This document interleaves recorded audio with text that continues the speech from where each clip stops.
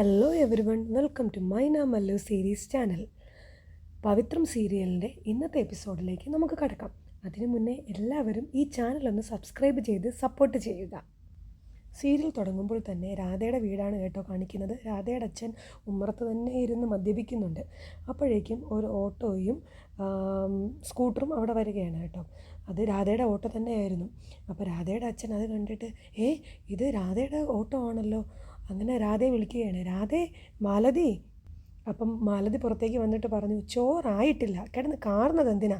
അപ്പം അച്ഛൻ പറഞ്ഞു, ചോറിനല്ല, നീ ഇങ്ങോട്ട് വന്ന് ഇത് നോക്കിക്കേ. ഓട്ടോ കണ്ട് മാലതി ആകെ സന്തോഷത്തിൽ രാധയെ വിളിക്കുകയാണ് കേട്ടോ. രാധേ നീ ഇങ്ങ് വാ, നോക്ക്. അങ്ങനെ രാധ സന്തോഷത്തോടെ പുറത്തോട്ട് ഇറങ്ങി വന്നു. അപ്പോഴത്തേക്ക് നമ്മുടെ ഫിനാൻസ് കമ്പനിയുടെ മാനേജർ പേപ്പേഴ്സും കാര്യങ്ങളും ഒക്കെ എടുത്ത് രാധയുടെ കൊടുത്തിട്ട് പറയണേ, ഇതാ സെയിൽസ് ലെറ്ററും എല്ലാം ഇതിനകത്തുണ്ട്. വണ്ടിയുടെ ലോൺ എല്ലാം അടച്ചു തീർത്തതുകൊണ്ട് വണ്ടി വീട്ടിലെത്തിച്ച് തരാൻ വേണ്ടി വന്നതാണ്.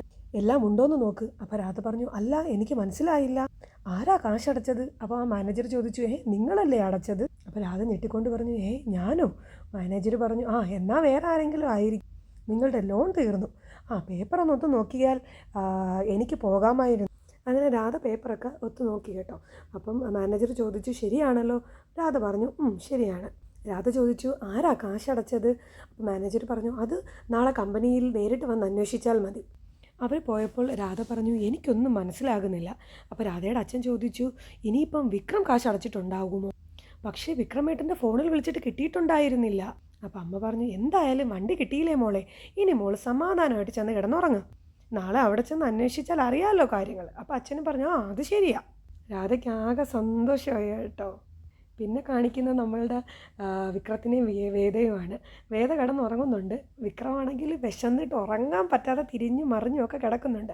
എന്നിട്ട് വന്ന് പയ്യെ വേദ തട്ടി നോക്കുവാണേ. വേദ ഉറങ്ങിയോ ഇല്ലയോ എന്നറിയാൻ വേണ്ടി വേദ എന്നൊക്കെ വിളിച്ച് നോക്കുന്നുണ്ട്. വേദ തട്ടിയൊക്കെ നോക്കുന്നുണ്ട്. അങ്ങനെ വിക്രത്തിന് മനസ്സിലായി വേദ നല്ല ഉറക്കമാണെന്ന്. അങ്ങനെ വിക്രം പതുക്കെ എഴുന്നേറ്റ് പുറത്തേക്ക് പോയി ഡൈനിങ് ടേബിളിലിരുന്ന് ചപ്പാത്തിയൊക്കെ എടുത്ത് വിളമ്പി കഴിച്ചുകൊണ്ടിരിക്കുകയായിരുന്നു. അങ്ങനെ ആസ്വദിച്ച് കഴിച്ചുകൊണ്ടിരിക്കുമ്പം ബാക്കിൽ നിന്ന് വേദയുടെ സൗണ്ട്, കുറച്ച് വെള്ളം കുടിക്ക്, ഉണങ്ങിയ ചപ്പാത്തി തൊണ്ടയിൽ കുടുങ്ങണ്ട. വിക്രം അത് കേട്ട് ആകെ ചമ്മി കേട്ടോ. ചമ്മി തിരിഞ്ഞ് വേദയെ നോക്കി. അപ്പോൾ വേദ ഇങ്ങനെ കളിയാക്കിക്കൊണ്ട് എന്നും പറഞ്ഞ് ചിരിച്ചുകൊണ്ട് നിൽപ്പുണ്ട്.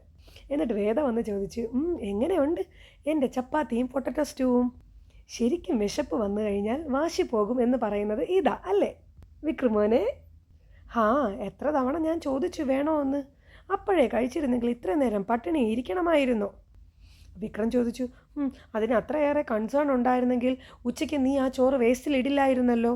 വിക്രം അത് കേട്ടതും വേദ പറഞ്ഞു, അയ്യോടാ, അപ്പം വേണ്ട എന്ന് പറഞ്ഞത് വെറുതെ ആയിരുന്നോ? അപ്പം വിക്രം ഇങ്ങനെ അളിഞ്ഞ ഒരു മുഖവുമായിട്ട് പറഞ്ഞു, അതെ. വേദ പറഞ്ഞു, എന്തായാലും എനിക്കൊരു സംശയം തോന്നിയിട്ടാണ് ഞാൻ ചപ്പാത്തി കൂടുതൽ ഉണ്ടാക്കി വെച്ചത്. അപ്പം വിക്രം, താങ്ക്സ്. അത് കേട്ട് വേദ പറഞ്ഞു, വെൽക്കം. ഇനി ഈ പാത്രം കൂടി കഴുകി വെച്ചിട്ട് മോൻ കിടന്ന് ഉറങ്ങിക്കോ, ഗുഡ് നൈറ്റ് എന്ന് പറഞ്ഞ് വേദ പോയി.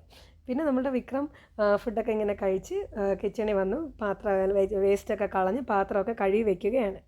അപ്പോഴേക്കും നമ്മളുടെ വേദ റൂമിൽ ഇരുന്നിട്ട് മറ്റേ പാട്ട് ഇന്നലെ പാട്ട് പാടുമായിരുന്നേ, ബാഹർക്കോ എന്ത് നാസൊക്കെ. അത് കേട്ടിട്ട് നമ്മുടെ വിക്രത്തിൻ്റെ മുഖത്തൊരു പുഞ്ചിരിയൊക്കെ വരുന്നുണ്ട് കേട്ടോ.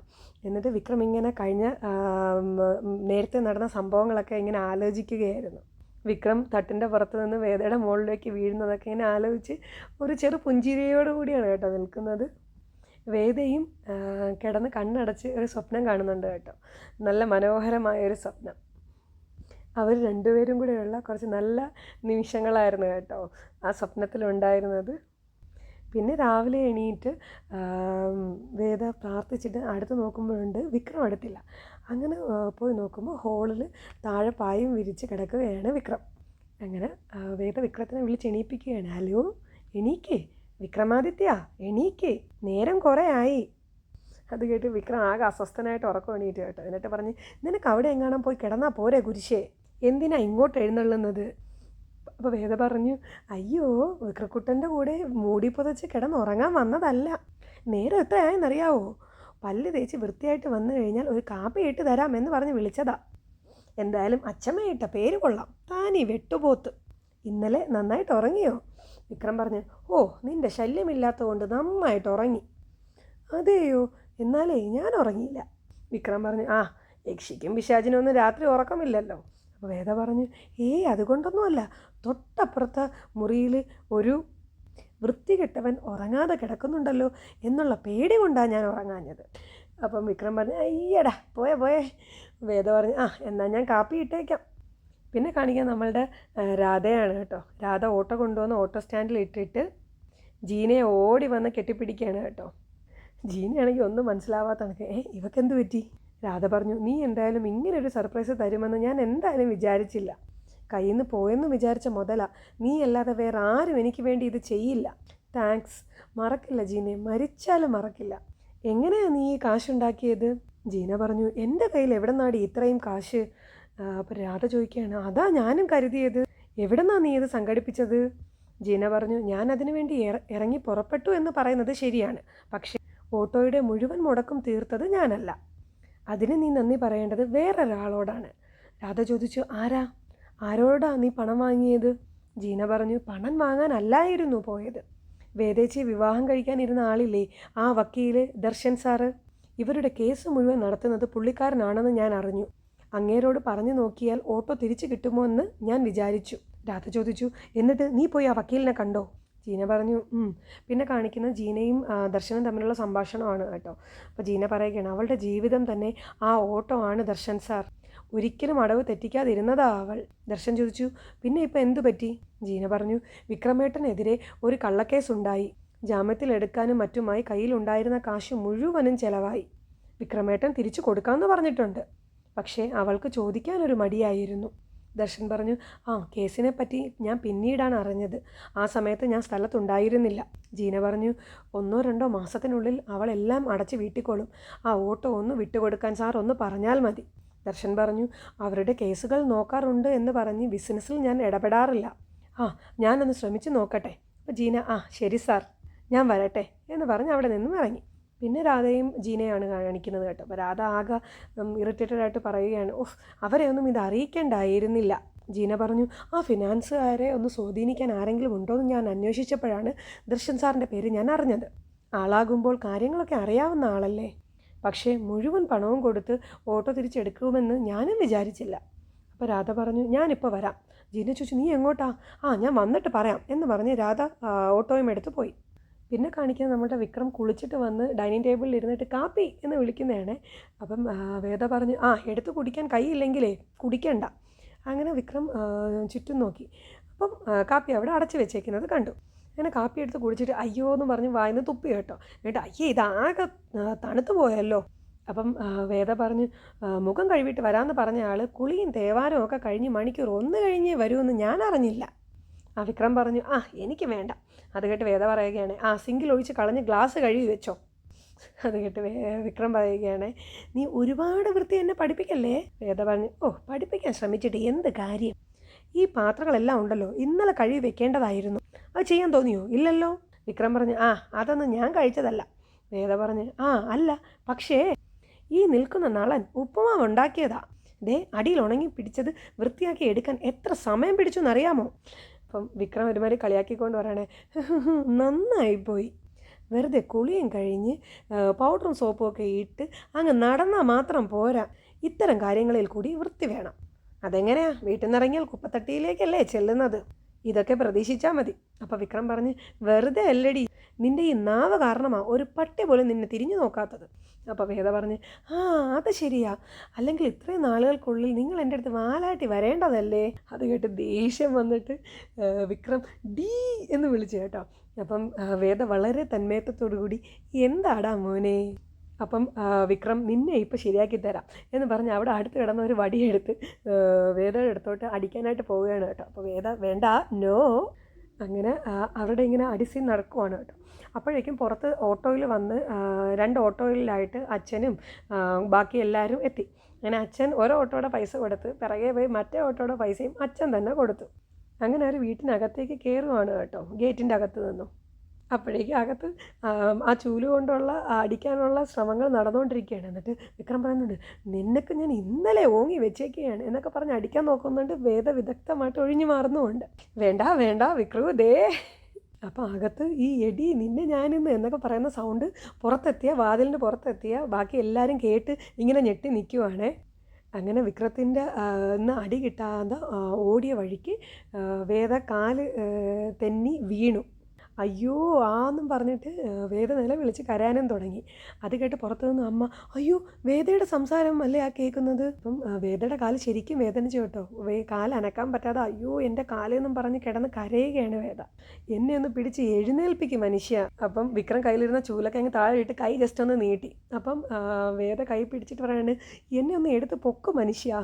അപ്പം കുളിച്ചിട്ട് ഇറങ്ങി വന്ന് നിൽക്കുകയാണല്ലോ നമ്മളുടെ വിക്രം. അപ്പം ആ ഇട്ടേക്കുന്ന ആ ടീഷർട്ടും കൂടെ ടവലും ഉടുത്തിട്ടാണ് നിൽക്കുന്നത്. എന്നിട്ട് എന്നെ ഒന്ന് എടുക്കുമെന്ന് പറഞ്ഞിട്ട് വിക്രം മൈൻഡ് ചെയ്യുന്നില്ല. അങ്ങനെ ദേഷ്യപ്പെട്ട് വേദ പറഞ്ഞു, എന്നെ ഒന്ന് എടുത്ത് പൊക്കടോ. അപ്പം വേദ, അയ്യോ എൻ്റെ കാല് എനിക്ക് നിലത്ത് കുത്താൻ വയ്യ, ഒന്നെടുത്ത് പൊക്കടോ, എനിക്ക് കഷ്ടകാലമാണെന്ന് തോന്നുന്നു പറഞ്ഞ് വിക്രം വേദയെ ഇങ്ങനെ എടുത്ത് പൊക്കുവാണ് കേട്ടോ. അപ്പോഴേക്കും തന്നെ നമ്മുടെ മാഷ് ഡോറ് വളരെ പെട്ടെന്ന്, ഇപ്പം വേദയുടെ കരച്ചിലൊക്കെ കേട്ട് നിൽക്കുകയാണല്ലോ, അങ്ങനെ വളരെ വെപ്രാളപ്പെട്ടിട്ടാണ് മാഷ് ഡോറ് തുറക്കുന്നത്. മാഷ് ഡോറ് തുറന്നതും എല്ലാവരും കാണുന്ന സീനെന്ന് വെച്ച് കഴിഞ്ഞാൽ വിക്രം വേദയെ എടുത്ത് പൊക്കിക്കൊണ്ട് നിൽക്കുന്നതാണ്. അത് കണ്ട് എല്ലാവരും ഞെട്ടി കേട്ടോ. നന്ദിനി ഏട്ടത്തേക്കാണെങ്കിൽ ദേഷ്യം സഹിക്കാൻ പറ്റുന്നില്ല. ശ്രീജയും അമ്മയൊക്കെ അങ്ങ് ചിരിച്ച് നാണിച്ച് നിൽക്കുന്നത് പോലുണ്ട്. അപ്പം വിക്രം വേദ താഴോട്ട് വെക്കാൻ ഒരുങ്ങി. അപ്പോഴത്തേക്ക് വേദ പറഞ്ഞു, അയ്യോ എന്നെ താഴെ വെക്കല്ലേ, കാല് നിലത്ത് കുത്താൻ പറ്റില്ല. അത് കണ്ട് അച്ഛനൊന്നും മിണ്ടാതെ അകത്തോട്ട് കയറിപ്പോയി കേട്ടോ. അപ്പം അമ്മ അകത്തോട്ട് കയറിയപ്പം വിക്രം ആകെ ചമ്മി പറയുകയാണ്, ഓടിയപ്പം കാല് നിലത്ത് വീണ് ഉളുക്കിയതാ, അതുകൊണ്ട് ഞാനിങ്ങനെ എടുത്ത്. അപ്പം അമ്മ പറഞ്ഞ്, എന്നാൽ കൊണ്ടുപോയി മുറിയിൽ കിടത്ത്, ഇങ്ങനെ എല്ലാവരുടെ മുന്നിൽ നാണം കെട്ട് നിൽക്കാതെ ചെല്ല്. അപ്പം മിഷ്യം വന്ന് കളിയാക്കിക്കൊണ്ട് എന്തുവാടാ എന്നൊക്കെ ചോദിക്കുന്നുണ്ട് കേട്ടോ. ശ്രീജേട്ടത്തെയും ബാക്കിൽ ഇങ്ങനെ ചമ്മലായിട്ട് ചിരിച്ചുകൊണ്ട് നിൽക്കുന്നുണ്ട്. അപ്പോഴത്തേക്ക് വിക്രം വിശ്വേട്ടാ എന്നൊരു വിളിയും. എന്നിട്ട് വിശ്വേട്ടൻ്റെ അകത്ത് പോയി കേട്ടോ. അപ്പം നമ്മുടെ വിനായകൻ വന്ന് ഇങ്ങനെ സീരിയസ് ആയിട്ട് വന്നിട്ട് ചോദിക്കുകയാണ്, ആരെയും ശല്യപ്പെടുത്താതിരിക്കാൻ വേണ്ടിയിട്ടായിരുന്നല്ലടാ കള്ളാ നീ പുറത്തുനിന്ന് പൂട്ടിയിട്ട് അകത്ത് വന്നിരുന്നത്. എന്നിട്ട് ചിരിച്ചുകൊണ്ട് കൊച്ചു കള്ളാ എൻജോയ് എന്നും പറഞ്ഞിട്ട് വിനായകനും അങ്ങ് അകത്തോട്ട് പോയി. അപ്പോൾ വേദ ശ്രീജയുടെ പറഞ്ഞു, ശ്രീജേട്ടത്തി സത്യമായിട്ടും കാലം നിലത്ത് കുത്താൻ പറ്റുന്നില്ല ശ്രീജേട്ടത്തി. അപ്പോൾ ശ്രീജ പറഞ്ഞു, അമ്മ പറഞ്ഞതുപോലെ കൊണ്ട് കിടത്ത് വിക്രം. അങ്ങനെ അകത്തോട്ട് പോയി. അത് കണ്ട് നന്ദിനിയുടെ ഒരു വരവുണ്ട് കേട്ടോ. നിൻ്റെ കാലൊളുക്ക് നാടകമൊക്കെ എനിക്ക് മനസ്സിലാകുന്നുണ്ട്. ഞങ്ങളെ കാണുമ്പോൾ കീരിയും പാമ്പും, ഞങ്ങളില്ലാത്തപ്പോൾ ഭയങ്കര റൊമാൻസും അല്ലേ? അപ്പോൾ വേദ പറഞ്ഞു, അതെ, ഇന്നലെ നിങ്ങൾ പോയപ്പോൾ മുതൽ ഭയങ്കര റൊമാൻറ്റിക് ആയിരുന്നു. പാണ്ടിപ്പട സിനിമയിലെ പ്രകാശ് രാജ് നവ്യ നായരെ കാണുമ്പോൾ റൊമാൻറ്റിക്ക് വരുന്നടാ എന്ന് പറയില്ലേ, കേട്ടിട്ടില്ലേ? അതുപോലെ വിക്രത്തിനെ എന്നെ കാണുമ്പം റൊമാൻറ്റിക്ക് വരിക ഏട്ടത്തി. അത് കേട്ടതും നന്ദിനി ഏട്ടത്തി അയ്യേ ഛേ എന്നും പറഞ്ഞ് ഒരൊറ്റ പോക്ക് കേട്ടോ. വിക്രമാണെങ്കിൽ ആകെ ചമ്മി നാറി നിൽപ്പുണ്ട്. അപ്പം വിക്രമിന് ദേഷ്യം വന്നിട്ട് വേദ അവിടെ ഇടാനായിട്ട് പോവുകയാണ് കേട്ടോ. അപ്പോഴത്തേക്ക് അയ്യോ ഇടാനാണെങ്കിൽ ഇവിടെ ഇടല്ലേ, ഇടാനാണെങ്കിൽ ആ മുറിയിൽ കൊണ്ടു ചെന്നിട് എന്ന് പറഞ്ഞു. എനിക്ക് കാല് ശരിക്കും വയ്യ. അങ്ങനെ വേദയും പൊക്കിക്കൊണ്ട് പുറത്തോട്ട് ഇറങ്ങിയാണ് കേട്ടോ. എന്നിട്ട് വിക്രം പറയുന്നത്, ഇതിനെ ഇങ്ങനെ അങ്ങ് കൊണ്ടുപോയി കളഞ്ഞാൽ മതിയായിരുന്നു. അങ്ങനെ വേദയെ കൊണ്ടുപോയി ആ റൂമിൽ കട്ടിൽ ഒരൊറ്റ എറിയങ്ങ് എറിഞ്ഞു കൊടുത്ത്. അപ്പം വേദ അയ്യോ പതുക്കെ എന്നും പറഞ്ഞു നിലവിളിച്ചോണ്ട് അങ്ങ് വീണു. അമ്മേ അയ്യോ എന്നും പറഞ്ഞ് നിലവിളിക്കുകയാണ് കേട്ടോ. ശരിക്കും കാല് വേദനിച്ചിരിക്കുകയാണ് കേട്ടോ വേദയുടെ. അപ്പം വിക്രം പറഞ്ഞു, ഒന്ന് മിണ്ടാതിരിക്കടി. വേദ പറഞ്ഞു, അയ്യോ എൻ്റെ കാല് നശിപ്പിച്ചേ, അയ്യോ അമ്മേ എൻ്റെ കാലേന്നും പറഞ്ഞ് വേദ കിടന്ന് നിലവിളിക്കുകയാണ് കേട്ടോ. അപ്പം അമ്മ പുറത്തിറങ്ങിയിട്ട് എന്താ മോളെ എന്ന് വിളിക്കണം. അപ്പം വേദ അയ്യോ അമ്മേ അങ്ങനെ നിലവിളിച്ചുകൊണ്ട് നിൽക്കുന്ന സമയത്ത് വിക്രം ഇത് കണ്ട് ആകെ ഞെട്ടി ഇങ്ങനെ നിൽക്കുകയാണ്. അപ്പോഴേക്കും ഇന്നത്തെ സീരിയൽ തീർന്നു കേട്ടോ. അപ്പോൾ അതിമനോഹരമായ ഒരു എപ്പിസോഡ് നമുക്ക് നാളെ പ്രതീക്ഷിക്കാം. അപ്പം എല്ലാവരും ഈ ചാനൽ ഒന്ന് സബ്സ്ക്രൈബ് ചെയ്ത് സപ്പോർട്ട് ചെയ്യണം കേട്ടോ. നാളെ പുതിയ എപ്പിസോഡുമായിട്ട് ഞാൻ വരുന്നതായിരിക്കും. ബായ്.